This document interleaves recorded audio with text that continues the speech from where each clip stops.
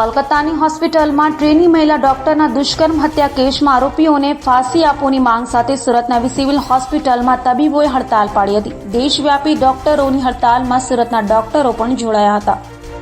કોલકાતામાં RG medical કોલેજમાં trainee doctor પર દુષ્કર્મ અને હત્યાનો વિરોધ દેશભરમાં ચાલી રહ્યો છે. ત્યારે આજે ગુજરાતની સરકારી હોસ્પિટલમાં વિરોધ કરવામાં આવ્યો.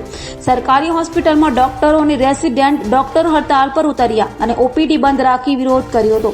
દેશભરમાં તબીબો દ્વારા હડતાલ પર આવ્યો છે, ત્યારે સુરતમાં પણ 600 જેટલા રેસિડેન્ટ તબીબો હડતાલ પર જોડાયા હતા અને માત્ર ઇમરજન્સી સેવા ચાલુ રાખી અન્ય સેવાઓ તબીબોએ ન આપતા દર્દીઓ પરેશાન થયા હતા.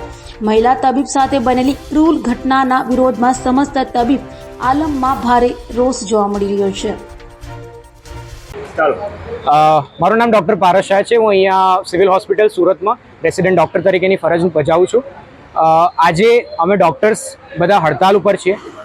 સૌને કલકત્તાની જે ઘટના બની છે, જે મહિલા તબીબ ઉપર બળાત્કાર થયો છે, એનું મર્ડર થયું છે, એ ખ્યાલ હશે જ. એના વિરોધમાં અમે આજે સૌ હડતાલમાં બેઠા છીએ અને અમારી માંગણી એટલી જ છે કે જલ્દીમાં જલ્દી એ પીડિતાને ન્યાય મળે. તદુપરાંત સેન્ટ્રલ પ્રોટેક્શન એક્ટ, જેનું બિલ આવ્યું છે પણ એ કાયદો બન્યો નથી, તો એ જલ્દીમાં જલ્દી કાયદો બને અને ડૉક્ટર્સને એક પ્રોટેક્શન મળે અને દરેક હોસ્પિટલમાં પૂરતા પ્રમાણમાં સિક્યોરિટી સ્ટાફ અને સીસીટીવીને મૂકવામાં આવે, જેથી કરીને દરેકની સુરક્ષાનો ખ્યાલ રખાય. બની શકે કે આપણે આને એક તબીબોની દ્રષ્ટિથી જોઈ રહ્યા હોઈએ, પણ આ ફક્ત તબીબોને અનુલક્ષીને પ્રશ્ન નથી. આ દરેક સ્ત્રીને લાગતો વળગતો પ્રશ્ન છે. એ ઘટના બાદ દેશમાં 9 રેપ કેસ થઈ ચૂક્યા છે.